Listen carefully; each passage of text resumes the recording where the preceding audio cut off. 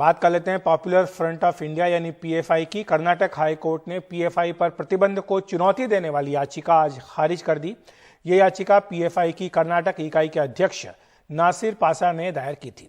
केंद्रीय गृह मंत्रालय ने सितंबर के आखिर में पीएफआई के ठिकानों पर छापों और सैकड़ों गिरफ्तारियों के बाद उस पर 5 साल का प्रतिबंध लगा दिया था। सरकार ने यूएपीए के तहत पीएफआई के सहयोगी संगठनों पर भी कार्रवाई की थी। आरोप यह है कि पीएफआई युवाओं को कट्टर बनाने की कोशिश करती है। साथ ही पीएफआई और उसके सहयोगी संगठन विदेशों से चंदा लेकर देश में आतंकी गतिविधियों में शामिल होते हैं। उत्तर प्रदेश, कर्नाटक और गुजरात सरकार ने इस विवादित संगठन पर बैन की सिफारिश की थी, क्योंकि इसके तार सिमी, जेएमबी और आईसिस से जुड़ने का भी अंदेशा था। पीएफआई को देश की आंतरिक सुरक्षा के लिए खतरा माना गया है।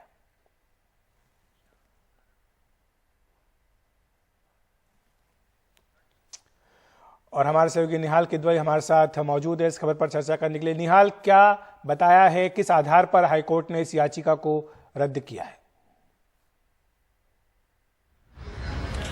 देखिए, कर्नाटक हाईकोर्ट में दलील दी गई थी कि बगैर पीएफआई को वक्त दिए, उनका पक्ष लिए, इस पर रातों रात कार्रवाई की गई और उसके बाद पीएफआई को बंद कर दिया गया, पर बैन लगा दिया गया। लेकिन जो कर्नाटक हाईकोर्ट में न्यायाधीश हैं, उन्होंने पूरे मामले को तकरीबन 1 महीने तक सुना और उसके बाद अलग अलग दिनों में, और उसके बाद उन्होंने साफ तौर पे कहा कि जो कुछ भी जो कहा जा रहा है पीएफआई की तरफ से वो ठीक नहीं है।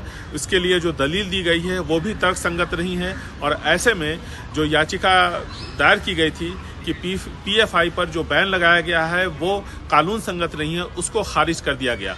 ये जो याचिका दायर की गई थी वो कर्नाटक में पीएफआई के जो प्रदेश अध्यक्ष है नासिर पाशा, उनकी पत्नी ने दायर किया था, क्योंकि नासिर पाशा इस वक्त तिहाड़ जेल में बंद हैं। अपने दूसरे साथियों के साथ कुल 300 लोगों की गिरफ्तारी देश भर में हुई थी। जैसा कि आप जानते हैं, कर्नाटक से भी बड़े पैमाने पर गिरफ्तारियां हुई और उसके बाद कई जगहों पर छापे मारे गए। पीएफआई का जो सबसे ज़्यादा जो बेस रहा वो कर्नाटक, केरल, आंध्र प्रदेश के आसपास के इलाकों में रहा और यहाँ से भी बहुत सारी गिरफ्तारियां हुई थी और इसके बाद पीएफआई पर प्रतिबंध लगाया गया था। तो यहाँ पर सुनवाई चल रही थी। इसी हफ्ते सोमवार के दिन इस पर जो ऑर्डर था उसको सुरक्षित रखा गया था और आज तकरीबन 2:30 से पौने 3 बजे के बीच में ये आदेश आया कर्नाटक हाई कोर्ट से, जिसमें यह साफ तौर पे कहा गया कि पीएफआई पर बैन लगाने का, उस पर प्रतिबंध लगाने का केंद्र सरकार का जो फैसला था वो बिल्कुल ठीक था और ऐसे में इस पिटीशन को खारिज किया जाता है। शुक्रिया आपका निहाल इस तमाम जानकारी के लिए।